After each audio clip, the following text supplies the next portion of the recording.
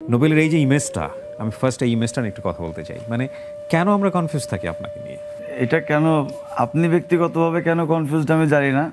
অনেকেই হয়তো আরও কনফিউজ থাকতে পারে। এটার পেছনে আমার হয়তো একটা শোতে আমি অ্যাপিয়ার করতে পারিনি। একটা শোতে আমার যে টাইমে যাওয়ার কথা ছিল ওই টাইম থেকে দেরি হয়ে গেছিলো। এই কারণে আর আমি মানে খুব কাছাকাছি পৌঁছায় যাই লোকেশনের, বাট পরবর্তীতে শুনি যে আমি যে টাইম মতো পৌঁছাইতে পারিনি, এই রিলেটেড এই ঝামেলা নিয়ে অনেক গ্যাঞ্জাম হয়েছে, ভাঙচুর হয়েছে, যে কারণে আমি পেছনে চলে আসি, আমি ব্যাকে চলে আসি, কারণ ওরকম একটা ঝুঁকিপূর্ণ সিচুয়েশনে তো আমি আর যাবো না। দ্যাটস ওয়াই কারণ আমার পুলিশ ছিল এখানে, নিজের পুলিশ, মানে আমার ভাই ব্রাদার, তো তাদের কাছ থেকে আমি ইনফরমেশন পাই এবং আমি ব্যাক করে চলে আসি, কারণ ওইখানে গেলে আরও বেশি ঝামেলা হতো। ওই সময়টাতে তো আপনাকে নিয়ে আলোচনা হয়েছে। তার আগেও আমি দেখি যে আপনাকে নিয়ে সামাজিক যোগাযোগ মাধ্যম, পত্রপত্রিকায়, বিশেষ করে ওপার বাংলায় গিয়ে আপনার যে খ্যাতি অর্জন, তারপরেই আমরা দেখলাম যে বাংলাদেশের অনেক ইস্যুতে, বিশেষ করে মিউজিক ইস্যুতে আপনাকে নিয়ে আলোচনা হয়েছে, সমালোচনা হয়েছে। যাই হোক, আমি সে বিষয়গুলোতে আপনি যদি কমফোর্ট ফিল করেন কথা বলবেন, নহলে কথা বলার দরকার নাই। It's your opportunity. হ্যাঁ, আপনি আপনার মতো করে বলবেন। তার আগে আমার অনুষ্ঠানের ধরন হচ্ছে আমরা একটু কমপ্লিটলি আপনাকে একটু আবিষ্কার করার চেষ্টা করবো। একটু ছোটবেলা থেকে জানতে চাই, কেমন পরিবারে জন্মগ্রহণ, পরিবারে কে কে আছেন? আমার বাবা মার বিয়ের প্রায় 10 বছর পরে আমি হয়েছি আর কি। আচ্ছা। তো আর আমার ফ্যামিলির মধ্যে সবচেয়ে বড় আমি। আমার বড় আছে একটা ফুফাতো, 2টা ফুফাতো বোন আছে, বাট এমনি আর কোনো ভাইটাই নাই আমার থেকে বড়। সো সবচেয়ে বড় ছেলে হিসেবে যেরকম আদর পেয়ে, যত্ন পেয়ে বড় হওয়া, সেটা আমি হয়েছি। আর সবচেয়ে বেশি আমার লাইফে যেটা হয়েছে সেটা হচ্ছে যে স্কুল চেঞ্জ হয়েছে প্রচুর। আমার বাবার ইচ্ছা ছিল যে আমাকে সবচেয়ে বেস্ট জায়গায় পড়ানোর বা রাখার, সবচেয়ে বেস্ট পরিবেশে রাখার। সো সেই কারণে বাবা হয়তো একটা স্কুলে ভর্তি করছে, ওখানে 1 বছর পড়াইছে, দেখতেছে যে আউটকামটা তার নিজের মন মতো হচ্ছে না, পরবর্তীতে সে আরেকটা জায়গায় চেষ্টা করতেছে। তা আমার ক্লাস 1 থেকে 10 পর্যন্ত প্রায় 10টার মতো স্কুল চেঞ্জ হয়েছে, অনেক পরিবেশে থাকা হয়েছে, নতুন নতুন বন্ধু মহল আবিষ্কার, নতুন নতুন মানুষ চেনা, নতুন স্কুলে গেলেই তো আসলে অনেক নতুন কিছু পাওয়া হয়। এই জিনিসটা আমার পাওয়া হয়েছে আর কি, অনেক মানুষের সাথে উঠা বসা। তারপরে ক্লাস 7 থেকে চলে যাই হোস্টেলে, 7-8 হোস্টেলে কাটে, 9-এ আবার বাড়িতে ব্যাক করি। কিন্তু বাড়িতে ব্যাক করে যে কোনো একটা গ্যাঞ্জামের কারণে আমি স্কুল থেকে আমাকে বিদায় নিতে হয়। পরে বাবা আমাকে ইন্ডিয়া পাঠিয়ে দেয়। পরে ওইখানে যে আবার দার্জিলিংয়ে পড়ি, দার্জিলিংয়ে ও লেভেলস করছি। তারপরে আবার দার্জিলিংও কিছুদিন থাকার পরে আবার বাবা চিন্তা করলো দার্জিলিং অনেক দূর হয়ে যায়, যাতায়াতের সমস্যা, কলকাতায় থাকুক। পরে কলকাতায় থাকলাম। এই পরে কলকাতা 2014 হচ্ছে যে ব্যাক করলাম কলকাতা থেকে। ব্যাক করে বাংলাদেশে আসলাম, ঢাকায় আসলাম। এসে কিছু আন্ডারগ্রাউন্ড মিউজিকের সাথে জড়িত ছিলাম, প্রোগ্রেসিভ রক মেটাল, এগুলা করতে করতে 16-17 কেটে গেল, 18তে সারেগামা পাই গেলাম। তারপর এটা মোটামুটি জানে সবাই জেনে গেল। কিন্তু আপনি যেভাবে ব্রিফ করলেন, এর মাঝখানে অনেক গল্প আছে, অনেক ঘটনা আছে। আমি শর্টে বললাম ভাই আপনাকে। আমি বিস্তারিত নিয়ে আসতে চাই। সেটা হলো যে আপনি এর আগে বাংলাদেশে বোধহয় 2-1বার চেষ্টা করেছিলেন মিউজিক প্ল্যাটফর্মে গান গাওয়ার। বাংলাদেশে হ্যাঁ, আমি হচ্ছে যে আপনার নেক্সট টিউবার নামের একটা শো হয়, ওই শোটাতে গেছিলাম। তো ওই শোটা তো বেসিক্যালি আমার জন্য না, কারণ আমি তো কন্টেন্ট তৈরি করতে পারি না, আমি তো ক্যামেরাও চালাইতে পারি না, আমি এডিটও করতে পারি না। কিন্তু ওইটা ছিল কন্টেন্ট ক্রিয়েটরদের শো, যারা ছিল ওরা সবাই ইন্ডিপেন্ডেন্ট কন্টেন্ট ক্রিয়েটর। এখন আমার ওইখানে একটা এপিসোডে কন্টেন্ট বানাইতে হইলে দেখা গেল কি আমার ক্যামেরাম্যান ভাড়া করা লাগতেছে, আমার এডিট করার জন্য লোক ভাড়া করা লাগতেছে, পিছনে ব্যাকগ্রাউন্ড মিউজিকটা যে হবে ওইটাও তো আমার নিজের পক্ষে করা সম্ভব না, বিকজ আমি তো গান গাইতে পারি, আমি মিউজিক প্রডিউসার না। এত খরচ করবে একটা এপিসোডে একটা জিনিস আপলোড দিতে, 3-4-5 হাজার টাকা খরচ, ওটা তো আমার পকেটের থেকে দেওয়াটা একটু ডিফিকাল্ট ছিল তখন। তো যে কারণে ওটা আমি আর বেশি দূর আগাইতে পারিনি, ওইখান থেকে বাদ হয়ে যায় আর কি। এরপর আপনি ডিরেক্টলি সারেগামাপা। হ্যাঁ, এর মাঝখানে একবার সেরা কণ্ঠেও গেছিলাম, বাট সেরা কণ্ঠে আমাকে একদম প্রথম পর্বের থেকেই আগুন ভাই বাদ দিয়ে দিছিল। কেন জানি না, আগুন ভাইয়ের সাথে সেদিন দেখা হয়েছে, আমি বলছি ভাই আপনার সাথে দেখা হয়েছে, মানে আপনার সাথে আগেও একবার দেখা হয়েছে আমার, আপনি আমাকে বাদ দিয়ে দিছিলেন। তো বললো, মানে উনি আর কি বিষয়টা নিয়ে একটু ছিল, উনি আমাদের প্র্যাকটিস প্যাডে আসছিল, আগুন ভাই মগবাজারে প্র্যাকটিস প্যাডে আসছিল। তো উনি প্রথমে দেখে আমাকে চিনে নেই, পরে বলতেছে যে পরে গান শুনছে, একটা গান শোনার পরে জিজ্ঞেস করছে তুই কে, পরে আমি বললাম কি আমি নোবেল। পরে উনি আর কি অনেক ইমোশনাল হয়ে কিছু কথা বললো। পরে বললাম কি যে ভাই এখন আমার গান আপনার ভালো লাগতেছে, কিন্তু আপনি তো আমার বাদ দিয়ে দিয়েছিলেন সেরা কণ্ঠের প্রথম রাউন্ডে। না, আগুন ভাই খুব ভালো মানুষ, অনেক ভালো, এবং অনেক আমাকেও ভালো। ব্যক্তিগতভাবে উনি অনেক আগুন পছন্দ ভাইয়ের করেন। ছেলে মিছিল, ও আর আমি একসাথে আমরা আন্ডারগ্রাউন্ড সিনারিওতে ছিলাম আর কি। ওর আচ্ছা। একটা ব্যান্ড ছিল, আমার একটা ব্যান্ড ছিল। আমার ব্যান্ডের নাম ব্ল্যাকস্টেন, ওর ব্যান্ডের নামটা এই মুহূর্তে আমার মনে আসতেছে না। এটার জন্য হয়তো আমাকে পরে বলবে উল্টাপাল্টা, বাট এই মুহূর্তে মনে আসতেছে না। ওকে। অনেক ভালো ভোকালিস্ট। সারেগামা পাতে গিয়ে আপনি মোটামুটি বাজিমাত করে দিলেন, এপার বাংলা ওপার বাংলা দু বাংলাতে আপনি ভীষণ রকম জনপ্রিয় হলেন। ওই সময়ের নোবেলের যে ইমেজ, বা আমরা নোবেলকে নিয়ে যে প্রাউড ফিলটা করি, এটা কত সালের ঘটনা? 18 থেকে 19। 18 থেকে 19। আজকে 5 বছর পরে নোবেলের যে ইমেজ দাঁড়িয়েছে, দুটো ইমেজকে আপনি কিভাবে দেখেন? দুইটা এমএস তো ভাই আসলে পুরাই অনেকটাই আলাদা আর কি। কারণ কি, তখন হচ্ছে যে আমি দেখা গেল যে আমার যে পিআর যেটাকে বলে পাবলিক রিলেশনটা মেনটেন করতেছিল হচ্ছে জি বাংলার মতো বা জি এন্টারটেনমেন্টের মতো বড় একটা কোম্পানি। জি। আমার পাবলিক ইমেজ এভরিথিং ওদের দ্বারা মেনটেন করা হচ্ছে, তাই না? যেটাতে ওরা খুব এক্সপার্ট, নাহলে তো ওরা এত বড় একটা কোম্পানি হইতো না। এখন পরবর্তীতে ওইটা আমার উপর যখন চলে আসে, আমার নিজের কাছে চলে আসে, হ্যাঁ। আমি তো আর জানি না এগুলো কেমনে মেনটেন করতে হয়। আমার তখন বয়স কত, 21 বছর। তো আমি তো আসলে জানতাম না যে কীভাবে মেনটেন করতে হয়। সো দেখা গেল কি যে আমার ফ্রেন্ড একটা কথা বলছে, আমি বললাম যে ঠিক আছে ফাইন, এটাই মনে হয় রাইট। ও একটা কথা বলতেছে, আচ্ছা এটাই রাইট, নিজের কাছে মনে হয়েছে আচ্ছা এটাই রাইট। কেউ আমাকে রং বলার তো মানুষ ছিল না আর কি। হ্যাঁ, আমার এখনও নাই ইনফ্যাক্ট যে কেউ আমার বলবে যে নোবেল এটা হইতেছে না, এখনও নাই। বাট এখন একটু হইলেও রংটা বোঝা শিখছি হয়তো, কিন্তু তখন মোটেও বুঝতাম না যে কোনটা রাইট কোনটা রং। নিজের মনে হয়েছে ওকে এটাই রাইট। ওকে। এইগুলোর কারণে ভাই ভুলভ্রান্তি প্রচুর হয়েছে, প্রচুর। একটা দুইটা ভুলভ্রান্তি তো হয় নাই, প্রচুর ভুলভ্রান্তি হয়েছে। এক একটার জন্য আসলে কি বলবো, প্রতিটা এক্সপ্লেন করতে হবে, পুঙ্খানুপুঙ্খভাবে আমার বর্ণনা করতে হবে সবার সামনে। না, ওই অব্লিগেশনটা নাই, কিন্তু ফ্যাক্টটা হচ্ছে কি, মানে আমি জাস্ট আপনার রিয়েলাইজেশনটাই জানতে চাচ্ছি। নোবেল, প্রতিভা কিন্তু সবার থাকে, কিন্তু প্রতিভা এক্সপ্লোর করার সিচুয়েশনে সবার থাকে না।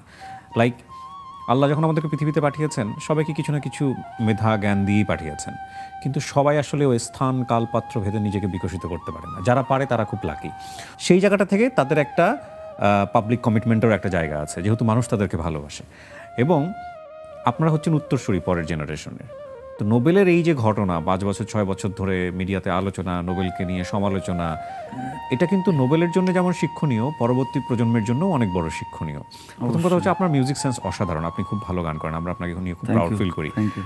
কিন্তু এই যে পরবর্তীতে বিভিন্ন মিউজিক যারা করেন তাদেরকে নিয়ে বলা, বা অনেক সময় দেখা গেল যে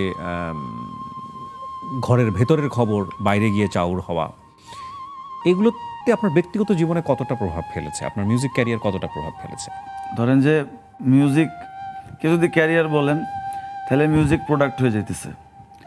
আবার লিসেনারদের জন্য মিউজিক জাস্ট একটা শোনার জিনিস, আমার জন্য মিউজিক একটা বই।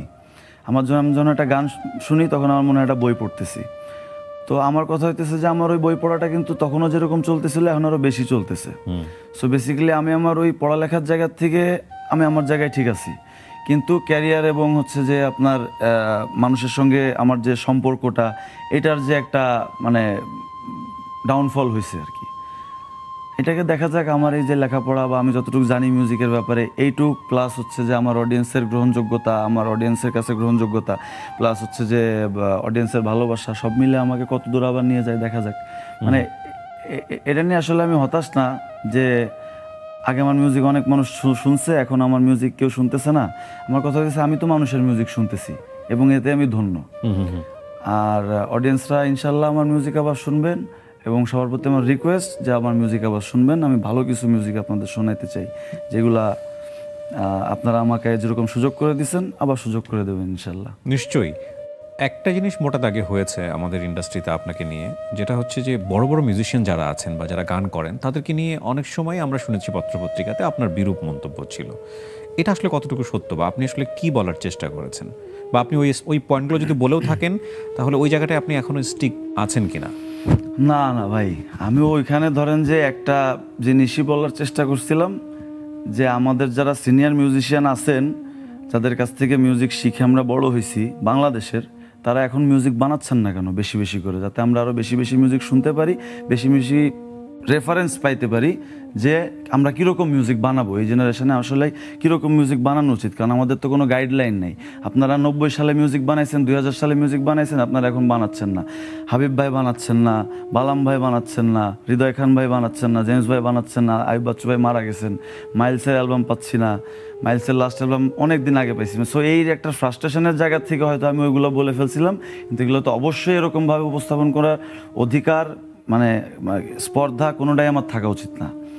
এটার জন্য এক্সট্রিমলি সরি যে আমার উপস্থাপনটা খুব খারাপ হয়ে গেছিলো। কিন্তু বেসিক্যালি ভাই আমি আপনাদের সবার অনেক বড় ফ্যান। আমি চাই যে আপনারা বেশি করে মিউজিক বানান, যাতে করে আমরা রেফারেন্স পাই যে আমরা এই যুগে কী করবো আসলে। আমরা শুধু আপনাকে আমন্ত্রণ জানিয়েছিলাম আমাদের এই অনুষ্ঠানের জন্য, কিন্তু আপনি আমাদের জন্য আপনার কিছু ইনস্ট্রুমেন্ট নিয়ে আসছেন, যাতে করে আমাদের দর্শকরা আপনার কথার পাশাপাশি আপনার খালি গলায় কিছুটা গানও শুনতে পারে। তোমার মনের ভেতর যাই, মুখের ভিড়ে মুখোশ পাই, ঘাসের ফাঁকে লুকিয়ে থাকে শিকারি যেন। তোমার চোখের ভেতর যাই, হাত দেখিয়ে ট্রেন থামাই, লুকোনো আঘাত রক্তপাত থামে না কেন। তুমি দেখছো তাকে, ভাবছো যাকে, সে আসলে মানুষ নয়। সে বেঁচে আছে শহরের এক কোণে, সে মৃত মানুষের চিৎকার শোনে। সে বেঁচে আছে শহরের এক কোণে, সে মৃত মানুষের চিৎকার শোনে প্রতিদিন। আমি সাধারণত এই অনুষ্ঠানটা করতে আসলে একটু পড়াশোনা করে আসি, যাকে আমি ইন্টারভিউ করব পড়াশোনা করে আসা উচিত। তো আমি যখন আপনাকে নিয়ে পড়াশোনা করা শুরু করলাম, খুব স্বাভাবিকভাবেই আমরা যেহেতু সামাজিক যোগাযোগ মাধ্যমে আছি, সুতরাং আপনার সম্পর্কে আমার জানাশোনা ছিল আগে থেকেই। কিন্তু যখন একটু গুগল করার চেষ্টা করলাম, তখন যে নিউজগুলো একের পর এক আমার সামনে আসলো, এবং আমি নিশ্চিতভাবেই জানি যে এই নিউজগুলো কখনো না কখনো আপনি পড়েছেন বা দেখেছেন। ফ্রাস্ট্রেটেড হন না এগুলো দেখলে? আমি তো, আপনি এখানে আসার পরে আমাকে একটা জিনিস জিজ্ঞেস করলেন না যে আপনি ফোন দেখেন না। আমি ফোন খুব একটা দেখি না আসলে, যে কারণে নিউজগুলো খুব একটা বেশি দেখা হয় না আর কি। না ভাই, ফ্রাস্ট্রেশনের আমি অনেক ঊর্ধ্বে আছি, বুঝছেন। ফ্রাস্ট্রেশন, ডিপ্রেশন, ডেসপারেশন, এগুলোর বহুত ঊর্ধ্বে আমার চলে যেতেছে অনেক আগেই, বুঝছেন। কারণ ওই ধরেন যে মানুষ একটা সদ্য ভূমিষ্ঠ হওয়া একটা বাচ্চাকে ধরেন যখন অনেক লুতুপুতু করে রাখে, তারপরে ধরেন যে হঠাৎ করে যখন আছাড় দেয় না, আর আছাড়ের পরেও যখন ওই বাচ্চাটা বেঁচে থাকে, তখন ওর অনেক শক্ত হয়ে বেঁচে থাকা লাগে, বুঝছেন। আমি সেই বাচ্চা আর কি। মানুষের সর্বোচ্চ লেভেলের ভালোবাসাও পাইছি, সর্বোচ্চ লেভেলের ঘৃণাও পাইছি। তো আপনি যদি বলেন না ফ্রাস্ট্রেশন, এটার আমি অনেক ঊর্ধ্বে আছি জেনুইনলি। কিন্তু অবশ্যই আমি আমার অডিয়েন্সদের কষ্ট দিছি, এই জন্য আমি সরি। কিন্তু ফ্রাস্ট্রেশনের অনেক ঊর্ধ্বে আছি আমি। আমরা একটা সময় শুনলাম যে আপনাকে রিহাব পর্যন্ত যেতে হলো, এবং আপনার পরিবারেরই মানুষ যখন স্টেটমেন্ট দিল পাবলিকলি যে খুবই এক্সট্রিম লেভেলের আপনি অ্যাডিকশনের মধ্যে আছেন, এইটাতে যাওয়ার দরকার হলো কেন নোবেল? মানে আমরা সাধারণত যারা গান করেন, উইথ ডিউ রেসপেক্ট, আমাদের একটা পাবলিক পারসেপশন আছে এরকম। আমি জানি না, হয়তো আমার কথায় অনেকেই মন খারাপ করবেন যে মিউজিক করলে একটু নিতে হয়, মিউজিক করলে এরকম লাগে। আমি ঠিক জানি না, মানে আপনার শুরুটা কিভাবে আসলে? ওই ধরেন যে ভাই, আমি তো খুব একটা বড় ফ্যামিলির থেকে আসি নেই, মিডল ক্লাস বলতে পারেন, মিডল ক্লাস ফ্যামিলিতে বিলং করি আমি। আমার মতো একটা ছেলে যখন বছরে 1-1.5 কোটি টাকা ইনকাম করে, তো তখন টাকা দিয়ে করবো কি আমি, এটাই আর কি। ইউ বিং ভেরি অনেস্ট, আপনি মন খুলে বলতেছেন সমস্ত কিছু। মানে এই টাকাই তার মানে কি অর্থ অনর্থের মূল হলো? অর্থ অনর্থের মূল তো সবার জন্য হয় না। ইলন মাস্কের মতো মানুষের কাছে $200 বিলিয়ন আছে, উনি কি নেশা করতেছে? রাইট। এন্ড কথা হচ্ছে যে যার যার উপরে ডিপেন্ড করে, যার যার ডিসিশন সে কী করবে। বেসিক্যালি একটা টাইম হয়ে যায় যখন আর নিজের ডিসিশন নেওয়ার মতো ব্রেনই থাকে না এইসব জিনিস করলে, নেশা পেশা করলে। বাট তার আগে যখন সজাগ মস্তিষ্কে, সুস্থ মস্তিষ্কে কেউ ডিসিশন নেয় যে আমি এরকম একটা ডেঞ্জারাস জিনিসের সাথে জড়িত হব, মানে এটা বেসিক্যালি আল কায়দার নাম লেখানোর থেকেও বড় একটা ডিসিশন, খারাপ ডিসিশন, নেশা করা শুরু করা। এটা আছে যে অনেকে দেখা গেল কি যে রিক্রিয়েশনাল রাখতে পারে, যে আমি আমার স্বাচ্ছন্দ্য মতো যখন আমার মন চাবে করব। কেউ আছে যে রিক্রিয়েশনাল রাখতে পারতেছে না, অকেশনাল রাখতে পারতেছে না, তার রেগুলার হয়ে যাচ্ছে আর কি। মানে আমি আপনার কাছে কেন প্রশ্নটা জিজ্ঞেস করছি, যাতে করে আপনি তো ডেফিনেটলি এটা অ্যাডমিট করছেন যে it's a wrong way, definitely অবশ্যই, অনেক তো সেই ভাই। জায়গা থেকে যদি কেউ এই রাস্তায় হাঁটেন সে যেন সতর্ক হয়। তো আপনি মেসেজের জায়গা থেকে যদি বিষয়টা একটু ক্লিয়ার করেন, মানে আপনার শুরুটা হলো কি আসলে শুধু টাকার কারণেই, নাকি আপনার সার্কেল সমস্ত কিছু? করোনার সময় বোর্ড ছিলাম ভাই, পুরা ঘরে বন্দি, কিচ্ছু করার নেই, কি করব আচ্ছা, ঘরে। আর মানে মানে এমন না যে আমার ফ্যামিলিও থাকতেছে, আমার ফ্যামিলি তো একটা ফ্যামিলি ওয়েতে থাকে, তাই না? ফ্যামিলি যেভাবে থাকা উচিত সেভাবে থাকে। হ্যাঁ। আর আমি হইতেছি যে একটু ওই কি বলে অসামাজিক টাইপের, আনফ্যামিলিয়ার। কিন্তু আপনাকে দেখে কিন্তু মনে হয় না, আপনার সাথে আমি যতক্ষণ মিশছি যথেষ্ট আন্তরিক মনে হয়েছে প্রথম দেখা থেকে শুরু করে।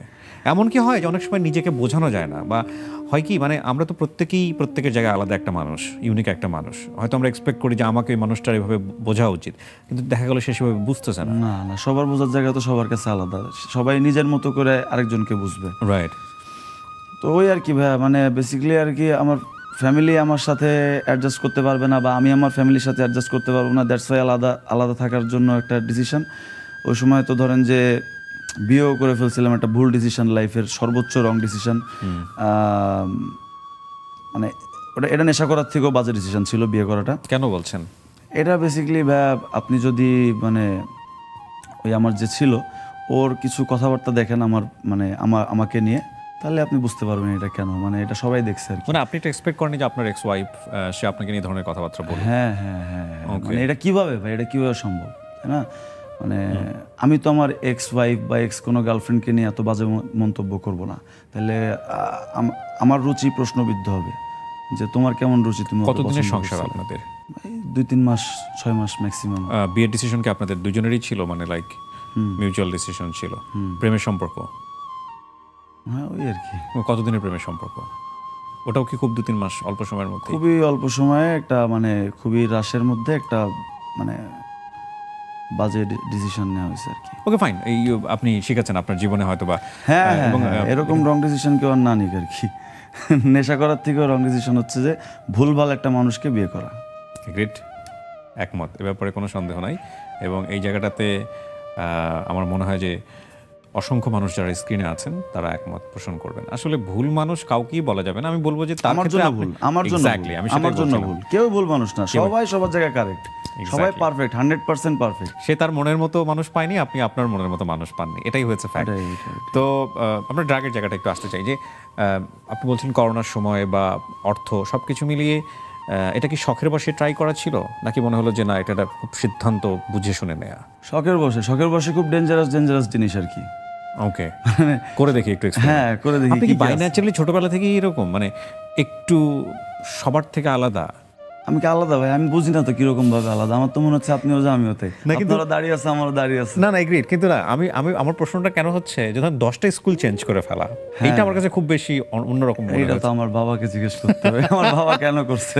হ্যাঁ, আপনার ফ্যামিলির সবচেয়ে কাছের মানুষকে, যার সঙ্গে আপনি সবকিছু শেয়ার করেন, বাবা মা ভাই বোন? ক্লোজ সবাই ভাই, বুঝছেন, আমাকে সবাই এত ভালোবাসে, কারোর সাথে ক্লোজ না হওয়াটাই আসলে আমার জন্য মুশকিল। আপনি একটাই সন্তান?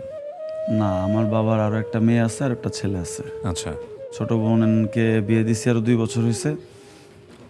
কত এখন মনে হয় 20 হবে মনে হয় বয়স। ওকে, আপনি বড়? আমি বড়, সবার আর বড়। তারপরে একটা ছোট ভাই আছে, মনে হয় ক্লাস 7-8 পড়ে মনে হয়। ওর ক্ষেত্রে তো এতটা স্কুল চেঞ্জ হচ্ছে না নিশ্চয়ই? না, ওর ক্ষেত্রে আর এত এত হচ্ছে না। আমি বাবাকে বলছি যে আমার স্কুল চেঞ্জ করার ডিসিশনগুলো তো তোমার খুব একটা সুবিধাজনক ছিল না মনে হয়, এর ক্ষেত্রে এটা করো না। সো আপনি ওখান থেকে বের হয়ে আসার জায়গাটায় আমি একটু আসতে চাই যে মানে রিহ্যাবে গিয়ে শেষ পর্যন্ত আপনি কি নিজেকে রিকভার করতে পারলেন? হ্যাঁ, ইট ওয়াজ টাফ। এই জিনিসটার থেকে তো ধরেন যে আপনাকে আমাকে অ্যাকচুয়ালি আমাকে তো কোথাও আটকায় না রাখলে তো আমার এটার থেকে দূরে থাকা পসিবল না। কারণ আমার কাছে টাকা আসবেই, টাকা থাকবেই, আমার মাস গেলে 2-3টা শো আমি করব, কিছু কাজ থাকবে, গান থাকবে, টাকা ইনকাম হবে। আর কথা হচ্ছে যে আমার তো কোনো ফিউচার প্ল্যানিং ছিল না বা এখনো নাই, স্টিল নাও, যে ফিউচারে এরকম কিছু করব, একটা বিয়ে করব, সংসার টংসার হবে বা বাচ্চা কাচ্চা নিব, আমার এস্টাবলিশড হইতে আবার মা বাবাকে দেখতে হবে। আমার ফ্যামিলিও ওরকম না যে মা বাবাকে আমার না দেখলে ওনাদের খুব একটা বেশি কোনো ক্ষয়ক্ষতি হয়ে যাবে। ওনারা ওনাদের নিজেদের ফিউচার প্ল্যানিং ওনাদের মতো করে করতেছে, ওনাদেরও প্রবলেম হবে না। ইনফ্যাক্ট ওনাদের যতটুকু যা আছে, আমার ছোট ভাই যেটা আছে ওটাকে সাপোর্ট দেওয়ার জন্য এনাফ, আর আমি আমার নিজের জন্য এনাফ। সো আমি মনে মানে করে কি যে নিজে একটা ধরেন যে কি আমার কোনো গন্তব্য নাই যে আমি অমুক একটা ডেস্টিনেশনে যাইতে চাই। আর কোনো গন্তব্য না থাকলে তো আসলে আপনার ওই যে জার্নিটা আছে, এই জার্নিটা আপনি কীভাবে ডিসাইড করবেন যে এইভাবে এভাবে করে আমি সামনের দিকে আগাইতে চাই। কিন্তু সব কিছুর পরেও আমার কাছে মনে হয়েছে যে হোক পৃথিবীর pointless, life pointless, everything pointless, কিন্তু নেশা করাটাও তো পয়েন্টলেস, তাই না? তো এই জন্যই হচ্ছে যে আমার মার সাথে আমার ডিসকাশন যে আমি কোথাও একটা থাকতে চাই, এরকম ট্রিটমেন্ট নিতে চাই এবং যাওয়ার পর 2 মাস 23 দিন থাকলাম ওইখানে। এটা হচ্ছে খুলনায়, অশ্রু, খুব ভালো রিহ্যাব, মানে বাংলাদেশে অনেক পুরনো একটা রিহ্যাব। তো থাকার পরে আমার তো ভাই যখন ওখান থেকে বেরোনোর পরেও আমার বেশ কিছুদিন খারাপ লাগছে, মন খারাপ লাগছে যে একা একা থাকতে হয় সব সময় আর কি। কারণ আমার আগের যে ফ্রেন্ড সার্কেলগুলো ছিল, মানে ফ্রেন্ড সার্কেল না বলবো না, কোম্পানিগুলো ছিল ভালো না। তো এই লাইনে যারা, তারা তো ভালো না। তো ভালো খারাপ বলবো না, তাদের সাথে আমার এখনও সুসম্পর্ক থাকতে পারে বা তাদের সাথে রাস্তায় দেখা হইলে হাসি খুশিভাবে আলাপ আলোচনা করতে পারি। বাট এই যে সঙ্গটা ভালো না। তো তাদেরকে আমি পাইতেছি না। আর আমার তো এরকম কোনো ফ্রেন্ডও নাই যারা হইতেছে যে দেখা গেল যে নর্মাল লাইফ লিড করে বা করে অভ্যস্ত।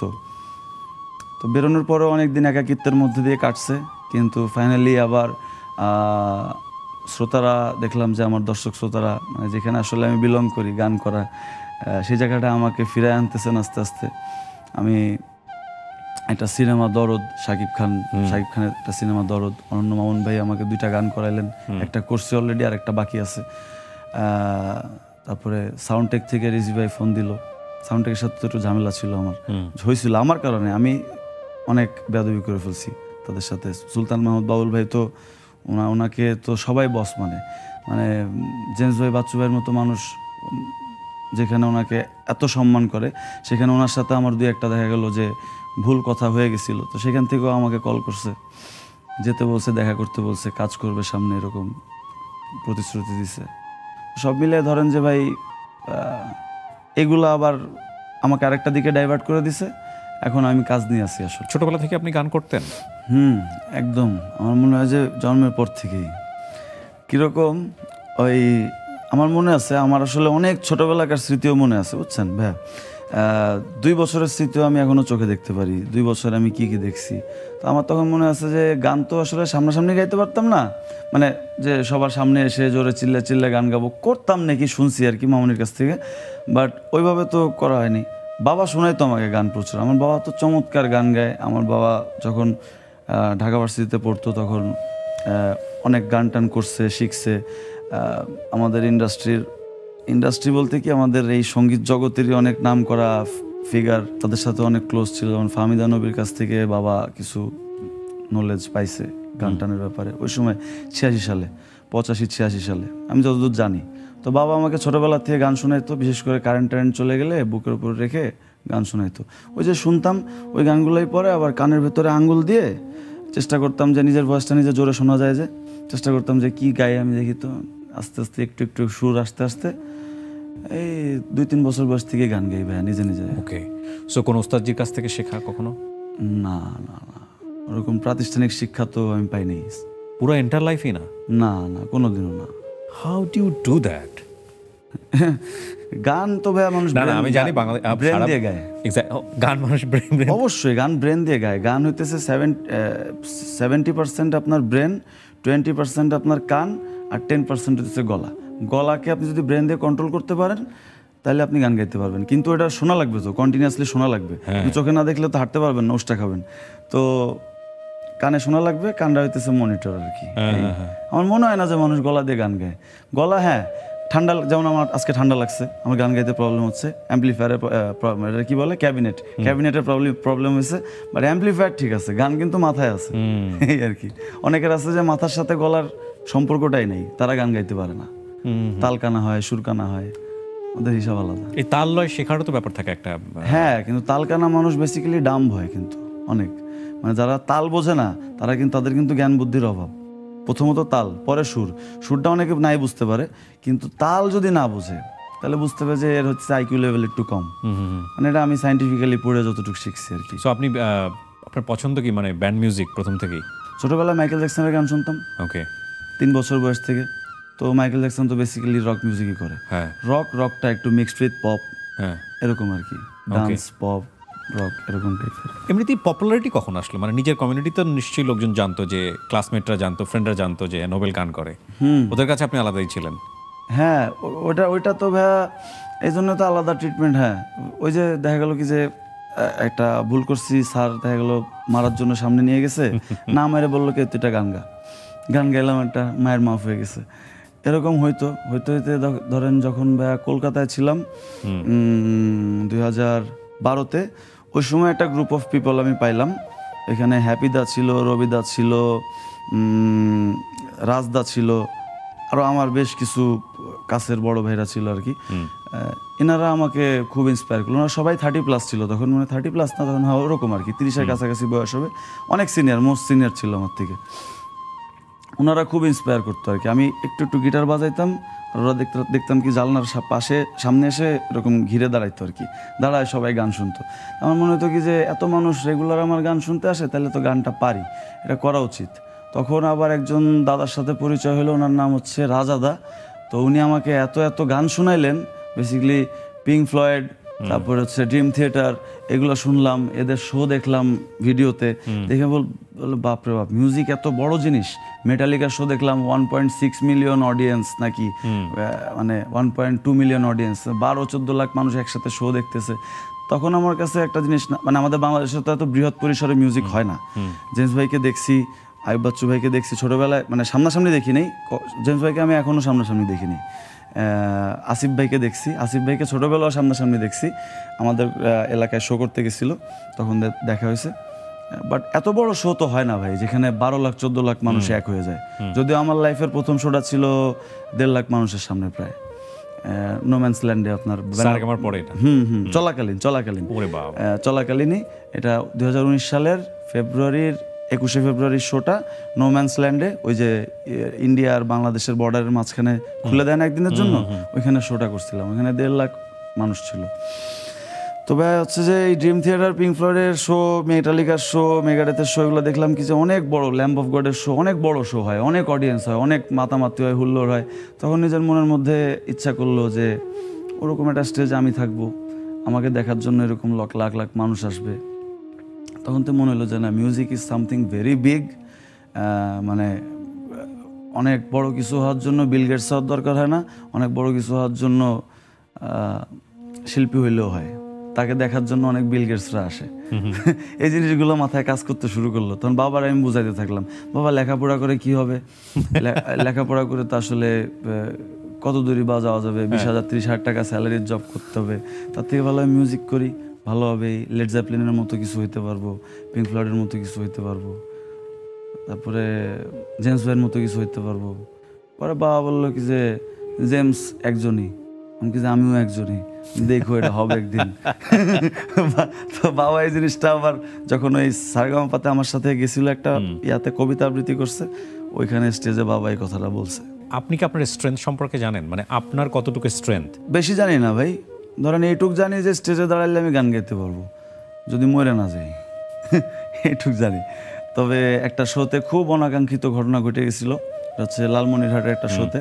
তা আমি যে ওইটুক জানি যে আমি মরে না গেলে গান গাইতে পারবো, তো ওই দিন তো মরে গেছিলাম না, তাহলে গান গাইতে পারলাম না কেন? কি হয়েছিল ওই দিন? জাস্ট মনে করেন কি যে ড্রাঙ্ক হয়ে গেছিলাম অনেক।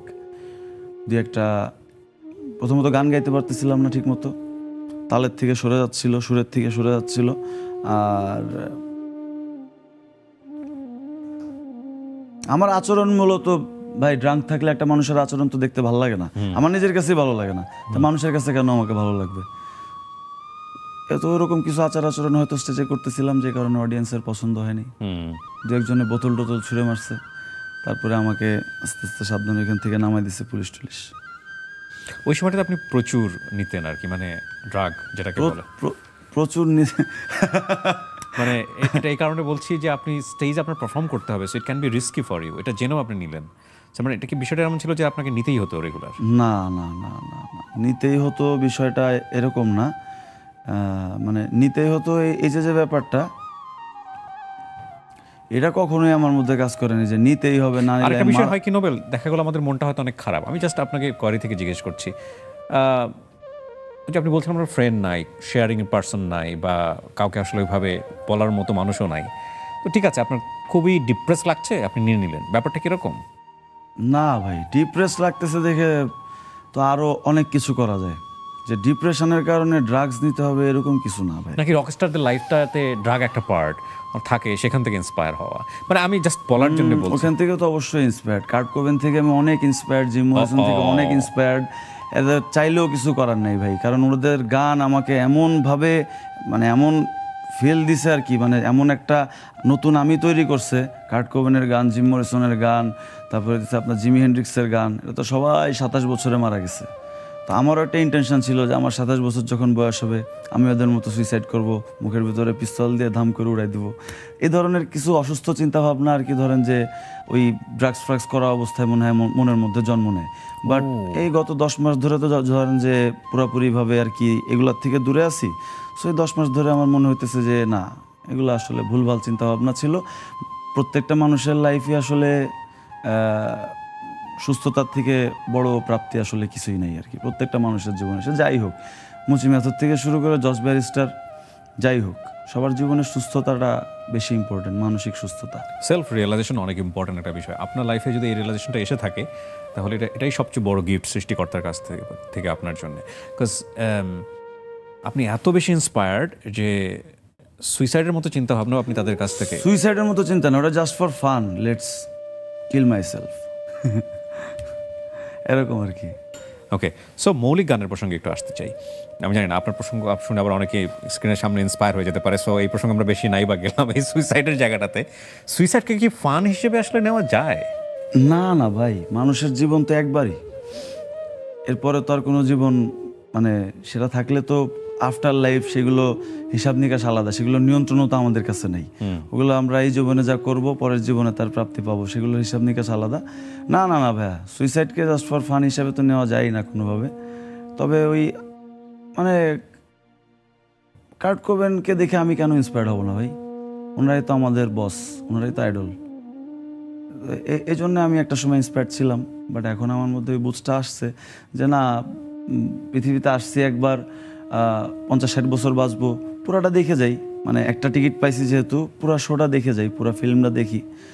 এর আগে তো আসলে টিকিট ছিঁড়ে হলের থেকে বেরোয় গেলাম, দেখা গেল কি যে লাস্ট মোমেন্টে অনেক সুন্দর কোনো সিন ছিল, মিস করে গেলাম, এগুলাই আর কি।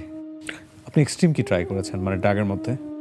সব কিছু ভাইয়া, সব কিছু? সব কিছু, সব কিছু, নেম এনিথিং যা বাংলাদেশে পাওয়া যায়।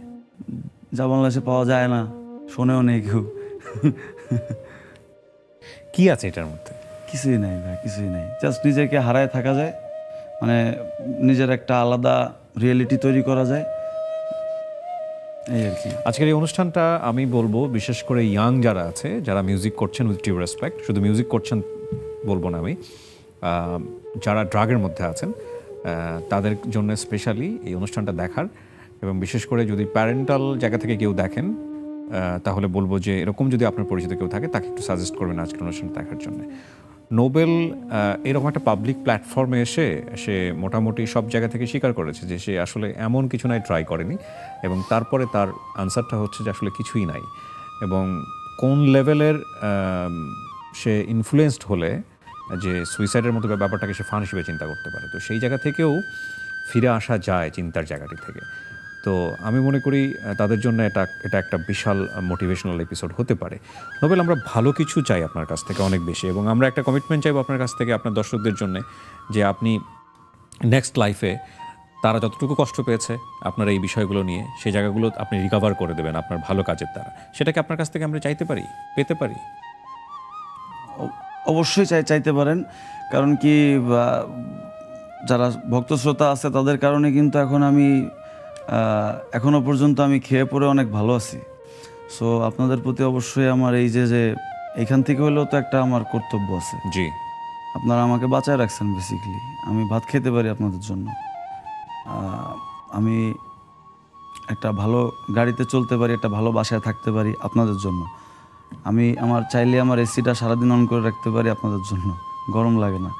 তো আপনাদের কাছে তো আমার অনেক মানে করণীয় ছিল আপনাদের জন্য, এগুলো আসলে করতে পারিনি। এটার জন্য সরি, কিন্তু সামনে করব এই প্রতিশ্রুতি দিচ্ছি। আপনারা সাথে থাকলেই হবে শুধু। ভেতরের অনেক কথা আজকে আমাদের অনুষ্ঠানে উঠে এসছে এবং আমার মনে হয় স্ক্রিনে যখন আপনি দেখবেন তখনও আপনি আপনাকে অনুভব করতে পারবেন যে আসলে আমরা আপনাকে কতটুকু ভালোবাসি। আপনাকে আমি সিলেক্ট করলাম কীভাবে সেটার একটা স্টোরি আমি আপনাকে বলি। আমার এই আরজি কিবরিয়া শো বিভিন্ন জায়গাতে যায়, সেখানকার কমেন্টসগুলো আমি পড়ি। ওখানে আমি অনেক কমেন্টস পেয়েছি যে নোবেলকে একটু আনেন, নোবেলকে আনেন, নোবেলের কথা আমরা একটু শুনতে চাই। আপনি সোশ্যাল মিডিয়া থেকে দূরে থাকেন, আমরা শুনেছি এরকম সামাজিক যোগাযোগ মাধ্যম থেকে আপনি দূরে থাকেন, নিজের প্রয়োজনেই দূরে থাকেন। এই মানুষগুলোর কথা কি আপনি জানেন যারা আপনাকে কতটুকু এত কিছুর পর আপনাকে অনেক বেশি ভালোবাসে? অনেক ভক্ত কি আপনি সরাসরি দেখতে পান যে যারা আপনাকে একদম কাছাকাছি এসে তাদের ভালোবাসার কথাটুকু বলতে পেরেছে? অনেক হয়েছে ভাই, অনেক হয়েছে আসলে। অনেক মানুষ আমার এই হাত দিয়ে আমি প্রায় 5-10 লক্ষ মনে হয় সেলফি তুলছি শুধু মানুষের সাথে। আর মানুষ কতগুলো তুলছে আমি তো জানি না। তো এরা তো ভালো না বাসলে আমি তো নিজেকে ইমাজিন করতে পারি না যে আমি কারোর সাথে যে সেলফি তুলতেছি। যদি তুলি তাহলে ডাক্তার মোহাম্মদ ইউনূসের সাথে তুলবো বা এরকম কোনো ব্যক্তির সাথে। আমার প্রশ্নটা যদি আমি আরো ডিরেক্টলি বলি, মানে কখনো কিরকম হয়নি, মানে আমার লাইফে আমি পেয়েছি এরকম যে হয়তো মুরব্বীর পর্যায়ে একটা মানুষ এসে বললো যে তুমি একটু এই লাইনে আসো না, তুমি একটু ভালো কিছু করো না, তুমি যে লাইনে তোমার জীবনটাকে নিচ্ছ এটা তো ঠিক না, এরকম কখনো পরামর্শ দিয়েছে? নাকি তার উল্টোটা হয়েছে কখনো? ও নোবেল, ওকে ফাইন, ও তো গেছে। তিনোটাই হয়েছে ভাই, তিনোটাই হয়েছে। এরকম মানুষও আছে যে দেখে সামনে আসতে সাহস পায়নি, এরকম মানুষও তো অনেক আছে যে ও গেছে, ও তো শেষ। যেদিন থেকে গিটার হাতে নিয়েছি 2012 সাল টালের দিকে, ওই সময় থেকে বলছে ও গেছে, নানুর ছেলে গেছে, শেষ, গিটার গাড়ি নিয়ে ঘুরে। তো ওইটা তো অনেক আগের থেকে শুনতে শুনতে অভ্যস্ত। আর এই যে বিষয়টা যে তুমি তোমার ট্র্যাক চেঞ্জ করো, লাইনে আসো, এটাও পাইছি ভাই বলার মতো মানুষ। কিন্তু আসলে সবাইকে মানি নেই, কিন্তু কিছু মানুষকে তো ভাই দিন শেষে মানতেই হয়, আর নাহলে তো হয় না। নিজেরা তো সবসময় রাইট মনে করলে তো সামনে আগানো যায় না। এগ্রিড। এই পুরো সময়টাতে এমন কোনো মানুষকে পেয়েছেন যে কখনোই আপনার হাতটা ছেড়ে দেয়নি, যত খারাপ অবস্থা নিয়ে আপনি চলে গেছেন? পাইছি, নিজেকে পাইছি। আমি নিজে আমার জন্য এনাফ, আমার কাউকে লাগবে কেন? একটা বিষয় নিয়ে আমাদের কথা বলা বোধহয় বাকি আছে, সেটা হচ্ছে খুব অনাকাঙ্ক্ষিতভাবে একসময় আপনি জেলে চলে গেলেন। জেলে না ভাইয়া। তাহলে টিভি ধরলো আপনাকে? হ্যাঁ, ওই হাজতে ছিলাম, মানে প্রশ্ন জিজ্ঞাসাবাদ করা হয়েছে আর কি। এটা কি ড্রাগ প্রসঙ্গে হলো নাকি অন্য? না না না, এটা হচ্ছে যে বললাম যে ভাই শরীয়তপুরে একটা শোতে আমি যাইতে পারিনি, ওই শোটার কারণে। হ্যাঁ, তো ওনারা আবার দেখা যাচ্ছে যে মানে যেটাকে বলে হইতেছে যে একটু ওনাদের জন্য এটা খুবই স্বাভাবিক, কারণ আমি ওইখানে শোতে যাইতে পারিনি, এটার কারণে ওনাদের ওইখানে অনেক অনাকাঙ্ক্ষিত অনেক পরিস্থিতি তৈরি হয়েছে এবং ওটা সামাল দিতে হয়েছে ওনাদের তরফ থেকে। খুবই স্বাভাবিক আমার প্রতি যথেষ্ট মানে একদম সর্বোচ্চ রাগান্বিত হয় এবং সর্বোচ্চ স্টেপস নেওয়া এগুলা। কিন্তু ওই আছে না, আমি কারো হইতেছে যে ওই টোনটা পেয়ে অভ্যস্ত না আর কি, বুঝছেন, যে আপনি আমাকে রাগান্বিতভাবে কিছু বলবেন আর ওইটা আপনি পেয়ে যাবেন, ওটা আপনি পাবেন না বেসিক্যালি। সো আমি ওদেরকে বললাম তোমরা করো যেটা করে নাও। সো ওরা করলো যেটা করে নেওয়ার, আমাকে পুলিশে ধরলো, বাসা থেকে নিয়ে গেল, নিয়ে যেয়ে থাকলাম ডিবির হাজতে। ওখান থেকে কোর্টে তোলা হইলো, কোর্ট থেকে আবার একদিনের রিমান্ড দেওয়া হইলো, ওখানে আবার একদিন থাকলাম, থেকে পরে হচ্ছে যে ওই কোর্ট থেকে মানে জামিন হইলো। আমি আসলে এই প্রসেসগুলো জানি না ভাই, মানে এই ধরনের কোনো এক্সপিরিয়েন্স আমার ফ্যামিলি অথবা কারোর টোটালি নাই, তো আমি এই জন্য জানা নাই আর কি এই বিষয়গুলো। কিন্তু জামিন হইলো, পরে বাসায় চলে আসলাম। বাংলাদেশের ইতিহাসে বোধহয় কোনো সিঙ্গারের এরকম কোনো ঘটনা নাই? নাই না, আমার জানা মতে নাই। না, আমার জানা মতো অনেক আছে। আছে নাকি? আছে, হয়তো ভাবে ফ্ল্যাশ হয় না। আচ্ছা, এইখানে একটা প্রসঙ্গ মাথায় আসলো, আপনাকে নিয়ে কি মিডিয়া অনেক বেশি করে ফেলেছে? না না ভাই, এখন মিডিয়ার যেটা ভালো লাগে মিডিয়া সেটা করবে। আমি তো মিডিয়ার একটা মানে শরীরের একটা পশমের সমান মাত্র। মিডিয়া যদি একটা বডি হয়, আমি একটা পশম হইতে পারি। তো মিডিয়ার একটা পশম ভালো লাগছে, ওই পশমটার তারা বেশি হাইলাইট করছে, খারাপভাবে হোক ভালোভাবে হোক। আমি কি বলবো, যতটা বেশি আপনার নেগেটিভ বিষয়গুলো এসছে, এতটা আসা উচিত ছিল কি না, এটাও কিন্তু একটা কখনো মনে হয়েছে নেগেটিভ জিনিস তো টোটালি আসা উচিত ছিল না, কিন্তু আমি অতটা টেকনিক্যাল না ভাই, আমি অতটা মাথা দিয়ে কোনো কিছু করি নেই। আমি জাস্ট আগে যেরকমভাবে মানে গান গাইতাম, গান গেয়ে গেছি, তার মধ্যে দিয়ে আমার লাইফস্টাইলে আজে বাজে কিছু জিনিস এন্ট্রি নিছে, যেগুলোর কারণে মাথা উল্টাপাল্টা হয়ে গেছে, কাজ করে নেই, উল্টাপাল্টা কথা বলে ফেলছি, এরকম শোতে যাইতে পারিনি, কমিটমেন্ট রাখতে পারিনি, যেটার কারণে পুলিশে ধরে নিয়ে গেছে, মদ খেয়ে মাতলামি করছি, যে কারণে মানুষের কাছে অপ্রিয় হয়েছি, এই কারণে শোতে স্টেজে উঠে এই আর কি, সব জিনিস আমার করা উচিত হয়নি, সব আমার ভুলের কারণে এই জিনিসগুলো আমি পাইছি। আজ থেকে 2 বছর পরে 5 বছর পরে আপনার অবস্থানটা এমন জায়গায় যাক যখন আপনার এই অতীত মনে করে আপনার একসময় হাসি পাবে যে না, এই নোবেল অন্য এক নোবেল, এই নোবেলকে নিয়ে সবাই প্রাউড ফিল করে, এইরকম একটা নোবেল। সেটার জন্য শুভকামনা রেখেই আমরা আজকের অনুষ্ঠানটা শেষ করতে চাই। হ্যাঁ ভাই, আসলে কি আমার জন্য সবাই দোয়া করবেন যাতে আমি বড় হইতে পারি। আমি জাস্ট নিজের মাথার মধ্যে 16 বছর বয়সেও যেরকম ফিল করতাম এখন এক্স্যাক্টলি সেম ফিল করি। আমার যাতে ফিলিংসটা একটু চেঞ্জ হয়, বড় মানুষরা কিভাবে করে ভাবে, কিভাবে করে চিন্তা ভাবনা করতে পারে, মানে যারা ম্যাচিওর, আমার মাথায় যাতে একটু এই জিনিসগুলো ঢুকে।